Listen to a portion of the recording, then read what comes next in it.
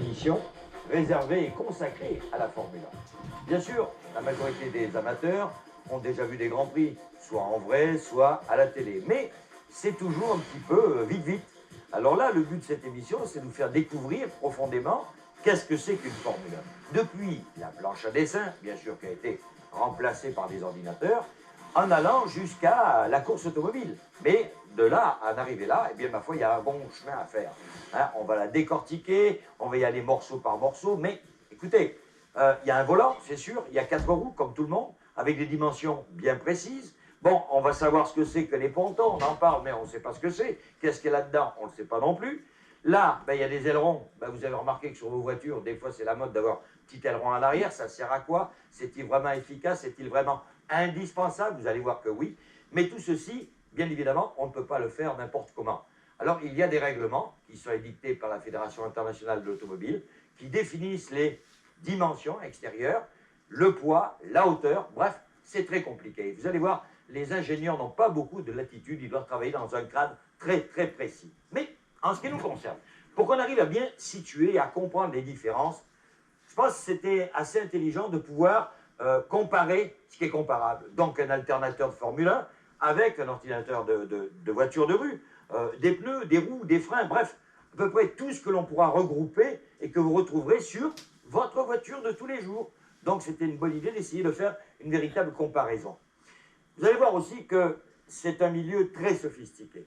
Vous allez comprendre pourquoi c'est si cher, pourquoi ça demande beaucoup d'investissement. Eh bien, tout cela, pourquoi? Parce que c'est considéré, la Formule 1, aujourd'hui, et depuis longtemps d'ailleurs, comme la NASA de l'industrie automobile.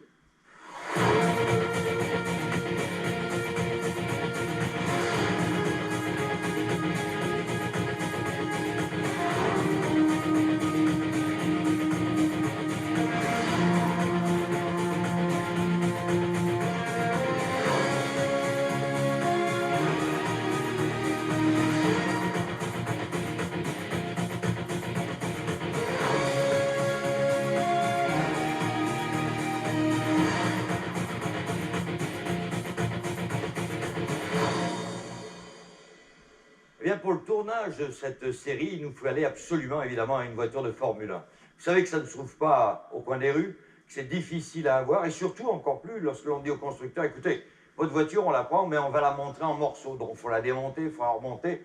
Il y a très peu de gens qui vont vous laisser faire ce genre de choses. Et pourtant, on a trouvé la denrée rare. Oui, c'est chez Renault, au musée. On a découvert la cabane d'Ali Baba. Pas une, pas deux, mais on en a vu dans d'autres pièces. Peut-être 30 Formule 1 ici, je dis bien une trentaine de Formule 1. Imaginez comment nous étions contents. Alors, en plus, c'est toute l'histoire de la F1, une grande partie du moins. Les années turbo, avec Alain Prost, avec tous les modèles qui ont évolué. Vous avez reconnu ces couleurs, elles vous rappellent au moins quelque chose. Hein, c'est une voiture quand même qui a fait beaucoup parler d'elle et qui allait permettre aussi à ce fameux pilote d'avoir une carrière exceptionnelle. Alors, je pense que vous l'avez quand même deviné. Eh bien oui, c'est bien la voiture de Michael Schumacher. Puis à côté de moi, pour ne pas le laisser seul, hein, rappelons-nous ces grands éclats, ces sorties dans la foule, le moustachu, eh oui, Nigel Mansell. Nigel Mansell qui a fait vibrer pendant des années par son panache et aussi son côté folklorique, la F1. Et bien sûr, pour nous, le grand coup de cœur, hein, c'est là, on l'aime beaucoup, Villeneuve. Et sans être cynique, dommage qu'il n'ait pas voulu rester avec celle-là. Jacques Villeneuve a eu le privilège de commencer sa carrière dans une écurie qui détenait à ce moment-là la meilleure voiture et le meilleur moteur du plateau, la Williams-Renault FW18. Les chiffres de sa première saison laissent rêveur. Il a gagné une course sur 4 en 1996. Il a obtenu la pole position une fois sur deux, notamment à son tout premier Grand Prix en Australie. Il a marqué des points dans 11 des 16 Grands Prix de la saison. Une première saison où il a appris vite et bien aux côtés de son coéquipier Damon Hill, ce qui lui a donné les atouts nécessaires pour remporter l'année suivante le championnat du monde au terme d'un duel étonnant avec Michael Schumacher.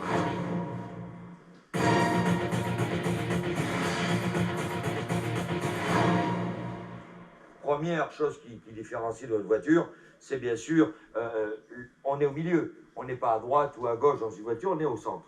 Ensuite, bon, ben, je ne vous cacherai pas que ce n'est pas confortable, hein, ça ne l'est pas du tout, car le but recherché, c'est d'asseoir le pilote le plus bas possible de la voiture, c'est-à-dire, vulgairement, on dit qu'il a le derrière sur le parterre, c'est vrai. Tout simplement, pourquoi? Pour sentir au mieux toutes les réactions de la voiture, que ce soit la suspension avant, droite ou à gauche ou en arrière, il faut absolument qu'il fasse corps avec cette voiture.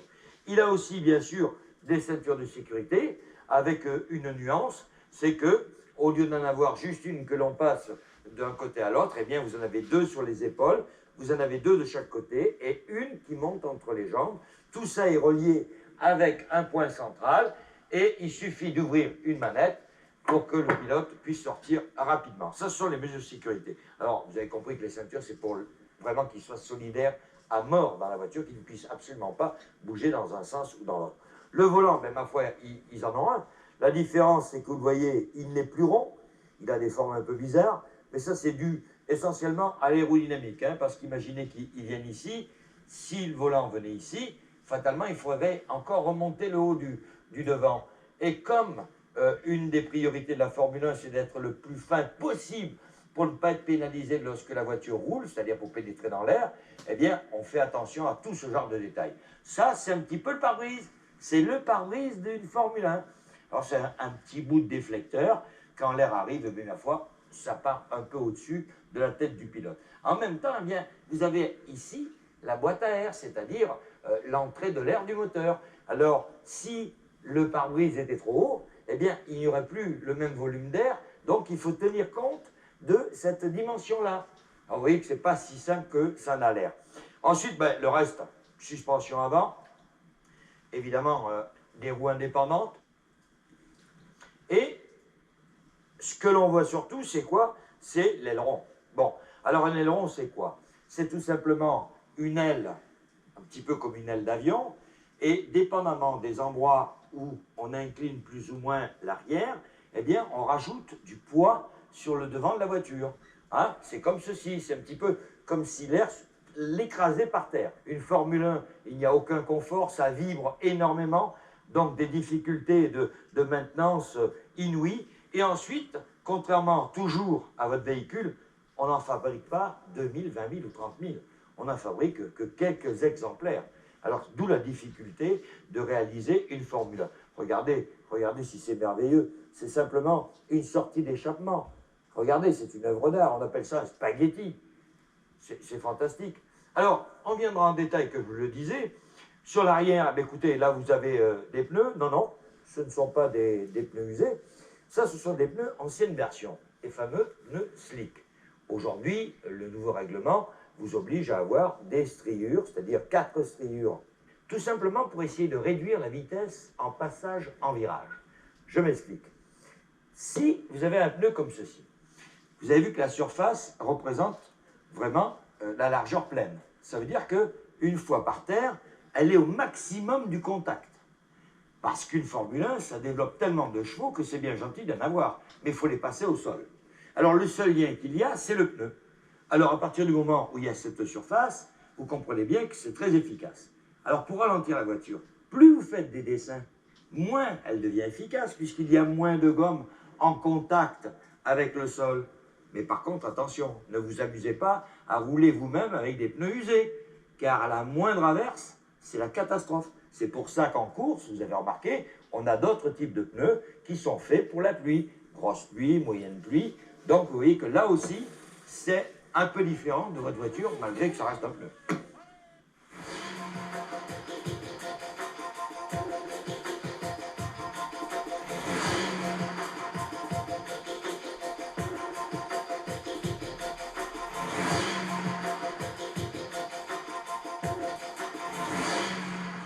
Alors par contre, ce qui est vraiment différent, c'est qu'en général, les voitures ont un moteur en avant. Là, il est en arrière. Pourquoi? Tout simplement pour réaliser le meilleur équilibre possible. Alors, et d'avoir une traction optimale. Alors le moteur, bien écoutez, il est ici. Au-dessus, c'est le filtre à air, comme vous avez sur votre voiture. Et ici se trouve le réservoir d'essence. Alors regardez par exemple le travail d'orfèvre d'un tuyau d'échappement d'une Formule 1. Tout ceci est fait à la main. Alors ça prend des heures et des heures et des heures. En arrière, eh bien on retrouve la boîte de vitesse qui elle-même est boulonnée sur le moteur et le différentiel par où toute l'énergie est transmise jusqu'à l'arbre de roue qui lui-même fait avancer la voiture. Mais tout ceci n'est pas monté sur un châssis rigide. Ce n'est boulonné que simplement avec 4, ici, goujons qui tiennent le moteur au châssis. 4 petits boulons qui tiennent tout cet ensemble là-dessus. Alors vous pouvez imaginer les problèmes de rigidité, de torsion dans ce sens-là. C'est très complexe. C'est pour ça qu'on dit la Formule 1, c'est la NASA de l'automobile, parce que les meilleurs ingénieurs du monde y travaillent, parce que chaque pièce n'est pas faite comme sur votre voiture, c'est-à-dire votre voiture, on en a fait 800 000 à 1 million d'exemplaires. Là, c'est presque fait à l'exemplaire. Dans une année, je pense que certaines écuries vont avoir une dizaine de voitures à fabriquer. Évidemment, il faut compter sur les accidents. Mais quand vous regardez avec quelle minutie toutes ces pièces sont fabriquées, c'est une œuvre d'art, une Formule 1.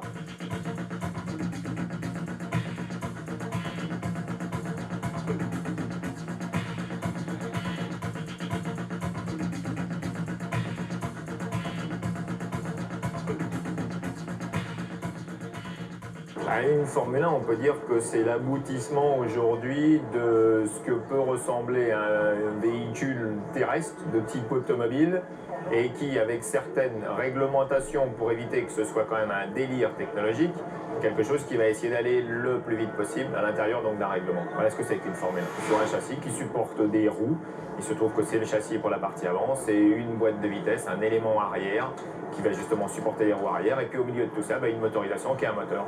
Toujours dans l'intérieur d'une réglementation des organisateurs. Pourquoi c'est si difficile de fabriquer une Formule 1? Alors c'est très difficile parce que par définition, eh bien, on part d'une feuille blanche, pour ainsi dire, c'est difficile parce que c'est la compétition entre les différents concurrents qui fait que toute chose est difficile. C'est-à-dire que c'est pas d'aller vite qui est difficile, c'est d'aller plus vite que les autres. Avant d'aller plus loin, rappelons le principe de base d'un moteur à explosion, un moteur à 4 temps. Pourquoi 4 temps? Tout d'abord, il y a l'admission. L'air entre avec le mélange d'essence. Ensuite, 2, la compression. Le mélange gazeux remonte dans la chambre de combustion. Après, 3, c'est l'explosion, la bougie qui s'allume. Enfin, 4, l'échappement, les gaz brûlés ressortent. Petit voyage à l'intérieur du moteur, c'est fascinant. Voilà ce qui se passe. Avec la différence que dans le moteur de votre voiture, en règle générale, ces pièces-là tournent à environ 6000 tours. 6000 tours pour une Formule 1, c'est presque au ralenti, puisqu'à pleine vitesse, la F1 peut tourner à 18 000 tours, voire même plus dans l'avenir. Vous voyez tourner devant vous les pièces les plus délicates, comme le piston, la bielle qui tourne sur un axe, que l'on appelle le vilebrequin.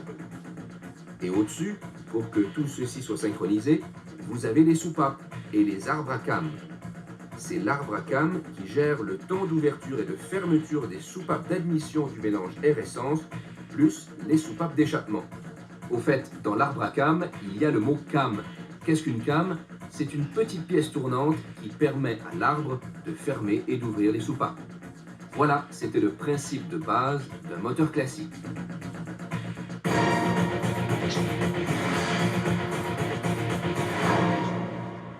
Une des grosses difficultés de la Formule 1, c'est de faire le moteur le plus petit possible, le moins encombrant possible, afin que l'on puisse travailler sur l'aérodynamique d'une manière optimale, et c'est surtout, je le disais, le plus compact. Alors ici, je pense que c'est le meilleur exemple. Vous avez ici le fameux V10 de Formule 1. Ici, vous avez un V6 biturbo d'une voiture tout à fait normale, conventionnelle. Et vous voyez très bien que c'est tout petit par rapport à celui-ci. Je vous rappelle que celui-ci a 6 cylindres, un V6, mais que lui, pour la même dimension en longueur, a 10 cylindres. Alors vous pouvez imaginer comment c'est difficile de remettre tout ça dans un milieu aussi court. La deuxième des choses, c'est que celui-ci fait à peu près 270 chevaux, et là-dedans, tenez-vous bien, il y en a plus de 800. Alors il est clair que pour arriver à un tel résultat, ça demande évidemment des calculs invraisemblables, ça coûte énormément d'argent, car les matériaux employés sont des matériaux évidemment qui sont très nobles, comme le titane, le magnésium, comme le carbone. Alors voilà, devant vous, la différence qu'il peut y avoir entre un moteur de votre voiture et un moteur de Formule 1, visuellement bien sûr.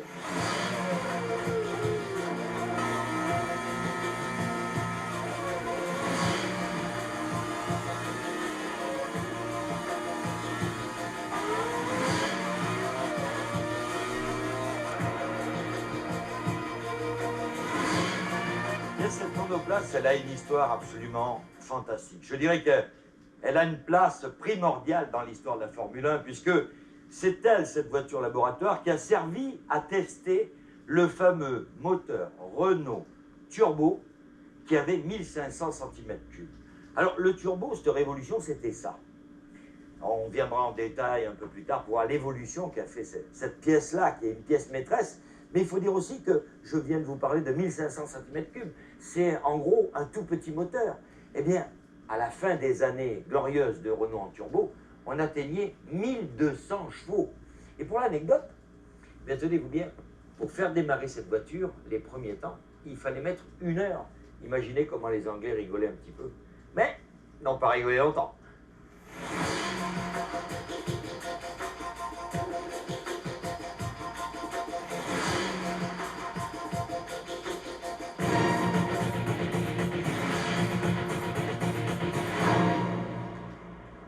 Je voudrais quand même expliquer le fonctionnement d'un moteur turbo. Contrairement à votre moteur normal, qu'on dit atmosphérique, au lieu d'aspirer tout seul l'air qu'il prend dans l'atmosphère et qui rentre dans le moteur, eh bien enfin on se sert d'une turbine. Alors, les gaz d'échappement sont ici, on sort du moteur, on rentre dans une double turbine. C'est-à-dire une turbine qui va se servir des gaz d'échappement pour entraîner sur le même axe une turbine qui, elle, va aspirer l'air, va le comprimer et va revenir en passant par un radiateur, non pas un radiateur pour refroidir de l'eau, mais bien de l'air, et cet air repasse par ici pour revenir, évidemment, dans les cylindres. Voilà. Alors, la principale difficulté, et c'est pourquoi on parle énormément de ce moteur turbo, c'est que ça a été une grande révolution technologique qui a obligé les ingénieurs dans beaucoup de domaines, que ce soit d'abord ceux qui fournissaient l'huile, les masses et la puissance développée par ce moteur étaient telles que les charges sur les vilebrequins, sur les pistons, eh bien, ne tenaient pas. Pourquoi avoir mis autant de choses? Je veux parler d'un radiateur et tout. Eh bien, la difficulté, on vient toujours d'en reparler, c'est la température. Alors, il y a un homme qui a dit un jour, au lieu carrément d'envoyer l'air dans le cylindre, il faudrait abaisser cette température.